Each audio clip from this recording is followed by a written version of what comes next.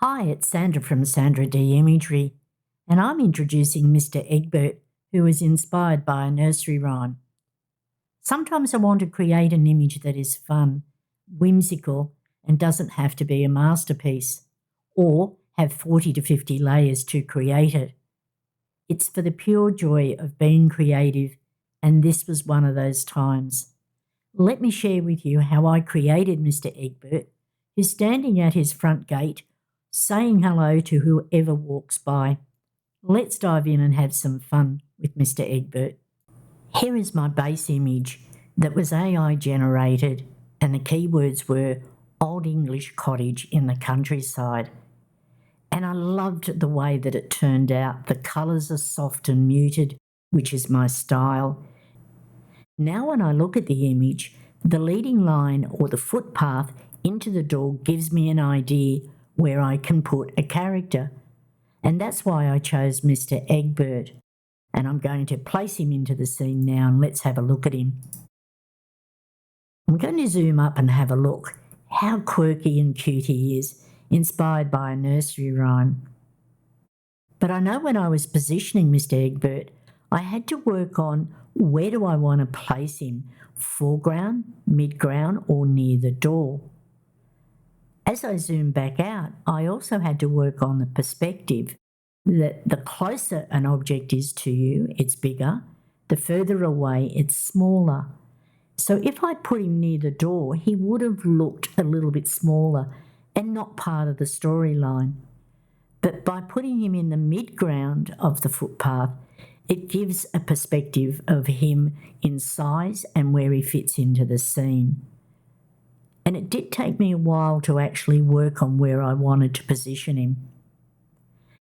I've looked at the image now and I think he's a little bit dark. So I'm going to do a clipping mask levels. I'll turn the next layer on and you can see he's just got a little bit of brightness now to him. I'll turn it off and turn it on. Have a look at the layer stack here and you can see it's a levels with a clipping mask. I'm going to turn the layer on and you'll see that there's just a little bit of brightness added to his hat. I'll turn it off and on, and you can see over here the mask. So what I actually did was brushed off the actual clipping mask levels that I used on the layer below, as I felt it made his hat a little bit darker. Now originally I thought, this is my idea. I'm going to have Mr. Egbert just standing there saying hello to everyone who walks by. But I felt there was something missing and I didn't know what. I'm going to turn the next layer on and explain what I did with this, because this is something that I haven't done before. So I had to do a little bit of problem solving to get what I wanted. I'll turn the next layer on and you can see that there's actually a gate. Now that gate was created with AI generation here in Photoshop. As soon as I saw this gate, I thought, that's it. It matches the picket fence, it sits in the scene, and it looks like it is part of the fence together. The problem that I had was with Mr. Egbert. How can I get him to be seen through the slats of the gate?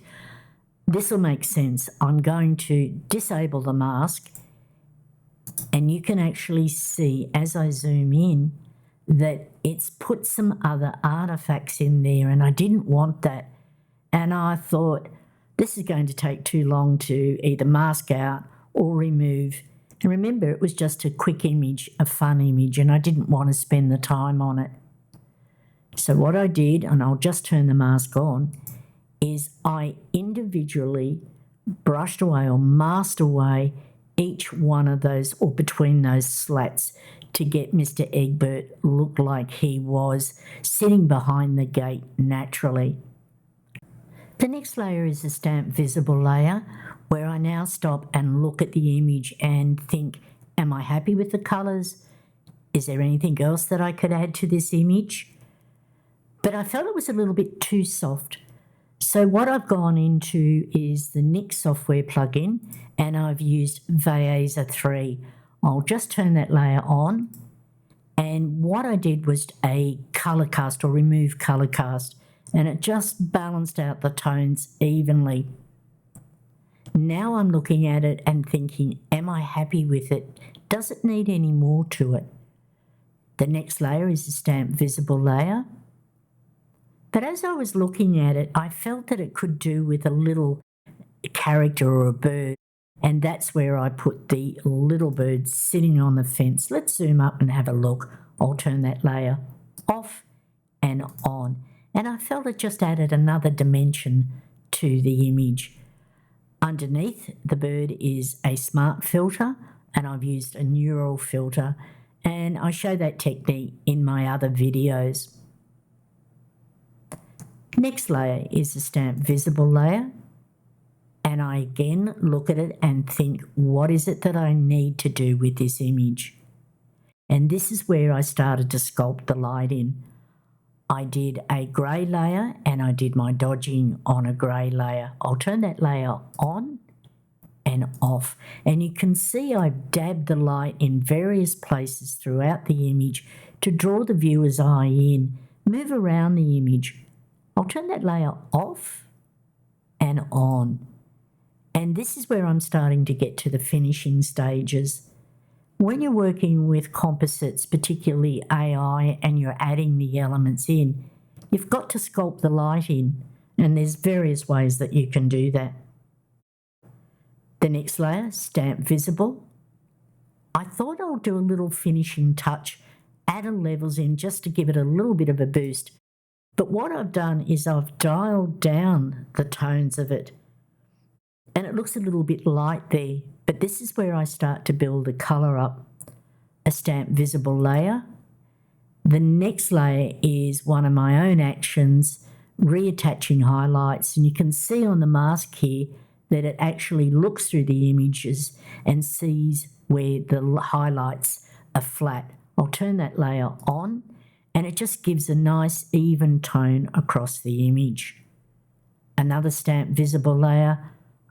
I'm pretty much done. Another finishing touch just occurs to give it a little bit of boost of contrast in there. Let's have another look at the finished image. It was fun. It didn't take long. It was just a simple composite with the background, with the cottage. Then I added Mr. Egbert, the bird, and the gate. And I love creating the whimsical images. But the most important thing when you're creating is about playing and experimenting and problem solving, like I had to do with the gate. I had the vision. I didn't want to spend ages removing all the little artifacts, so I did a workaround. The main takeaway from this short video is don't forget to have fun, to be creative. It doesn't have to be a well-beaten image.